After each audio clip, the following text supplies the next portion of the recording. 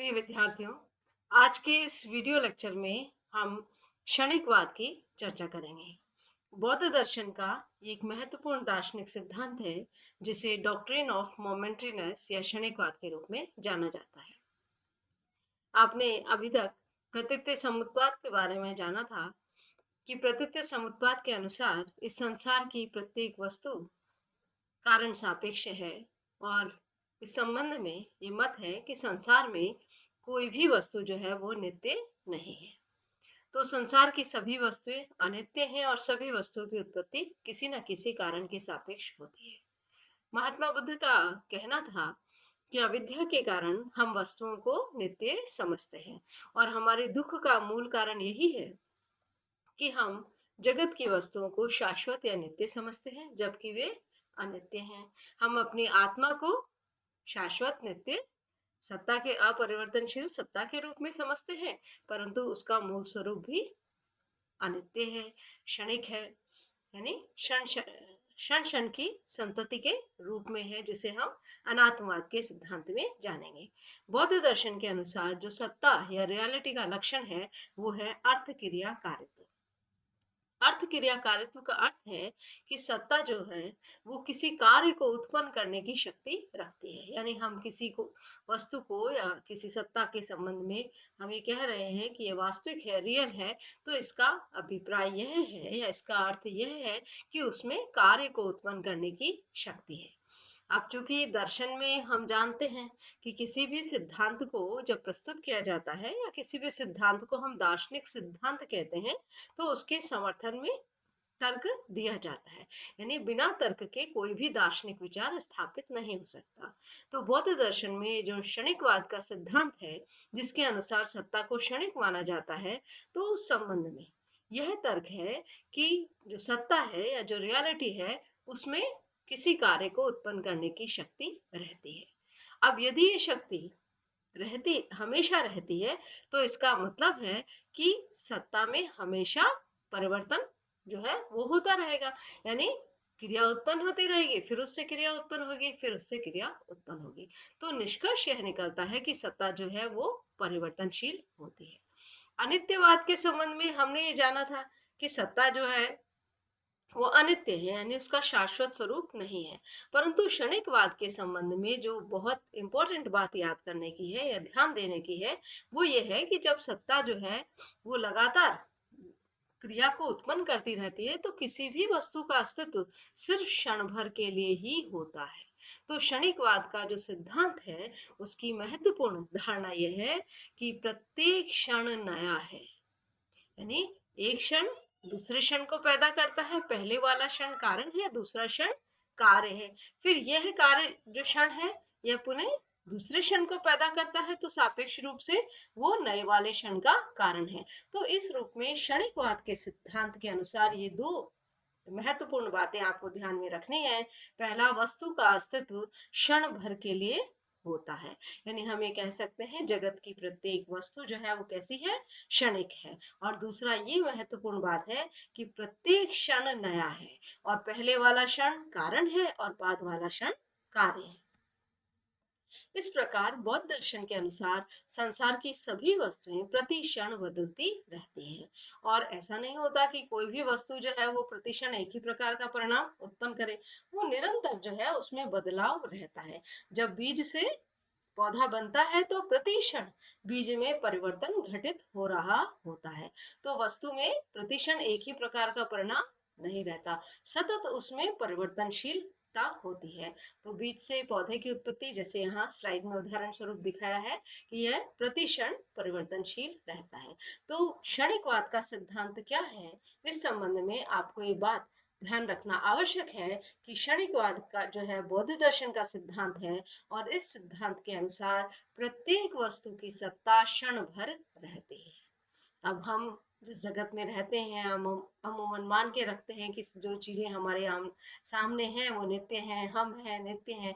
पर बौद्ध दर्शन जो है इस संबंध में मानता है कि ये अविद्या के कारण है, हमारे अज्ञान के कारण है।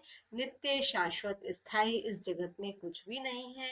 हमारा शरीर हो, आत्मा हो, जगत की वस्तुएं हो, सबका जो स्वभाव है वो परिवर्तनशील है और क्षण क्षण के प्रवाह के रूप में संघात है। इसे हम आगे अनात्मवाद के सिद्धांत में और स्पष्ट रूप से जानेंगे कि संघात है। ये हमें जो शरीर दिखाई देता है, आत्मा का अनुभव होता है, ये संघात है।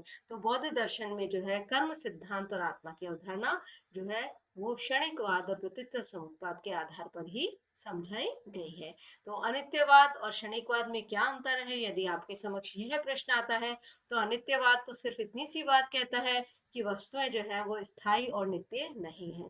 परंतु जब क्षणिकवाद की बात आती है तो क्षणिकवाद अनित्यवाद से एक अलग सिद्धांत है, जो ये कहता है, ये तो इसमें शामिल ही है कि वस्तु जो है वो नित्य नहीं है, परंतु ये इसकी आवश्यक बात ध्यान रखने की है कि वस्तु की सत्ता क्षण भर के लिए ही है। तो वस्तु की सत्ता जब क्षण भर के लिए स्वीकारी गई बौद्ध दर्शन द्वारा, तो बहुत से अन्य भारतीय दार्शनिकों ने इसकी आलोचना भी की। जब आत्मा को हम क्षणिक मानेंगे, हम अपने ही खुद के वजूद को क्षणिक मानेंगे, तो ये बड़ी स्पष्ट आपत्ति आएगी। फिर ज्ञान कैसे संभव होता है? हम किसी वस्तु को जानते हैं तो पहले क्षण उसको देखते हैं, फिर पहचानते हैं, फिर उसके संबंध में निर्णय देते हैं। तो ज्ञान की प्रक्रिया के घटित होने में जो है कई क्षण हमें स्पष्ट रूप से दिखाई दे रहे हैं, और यदि क्षण भर में परिवर्तन हो जाता है तो ये एक सामान्य बोध में ही आपत्ति आ जाती है कि ज्ञान कैसे संभव होता है। आचार्य शंकर ने इस दृष्टि से बौद्ध दर्शन की आलोचना की है।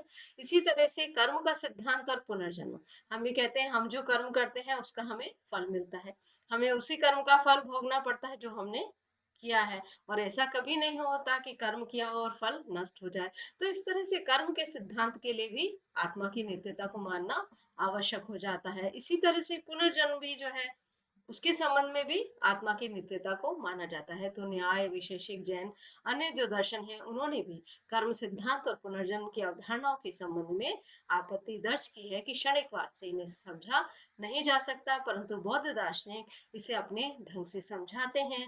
बौद्ध दर्शन में किसी भी वस्तु को जो है वो संतति प्रवाह के रूप में जाना जाता है। संतति प्रवाह का अर्थ है कि पहले कारण कार्य की श्रृंखला से समझाया जाता है, जिसमें पहले वाला क्षण कारण है, दूसरा क्षण कार्य है, फिर दूसरा क्षण चूंकि अर्थ क्रिया कार्यत्व के अनुसार सत है और सत का लक्षण है क्रिया को उत्पन्न करना, वो एक नए क्षण को जन्म देता है। तो अब वो अपेक्षाकृत कारण हो जाता है, एक नया क्षण कार्य हो जाता है। तो इस प्रकार से जो है वो क्षण क्षण का प्रवाह, संतति प्रवाह होता रहता है। और हम अपने सामान्य अनुभव में भी देखते हैं कि हम जिसका वास्तविक रूप में अनुभव करते हैं वो तो हमारे संवेदनाओं का प्रवाह ही होता है।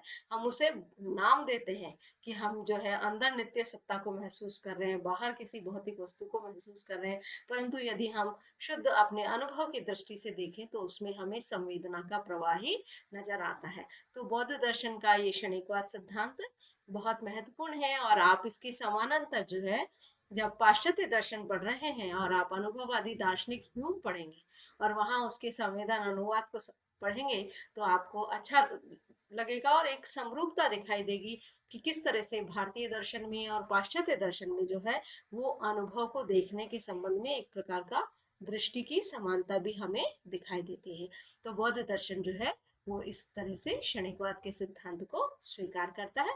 अगले लेक्चर में हम अनात्मवाद की बात करेंगे, जिसमें इस क्षणिकवाद के सिद्धांत के आधार पर बौद्ध दर्शन आत्मा की सत्ता को किस प्रकार से व्याख्यायित करता है या किस प्रकार से कर्म संबंधी प्रश्नों के आत्मा संबंधी प्रश्नों के उत्तर देता है, उसे हम अनात्मवाद में जानेंगे। तो आज के लिए आपका अभ्यास प्रश्न है, क्षणिकवाद किस दर्शन का सिद्धांत है?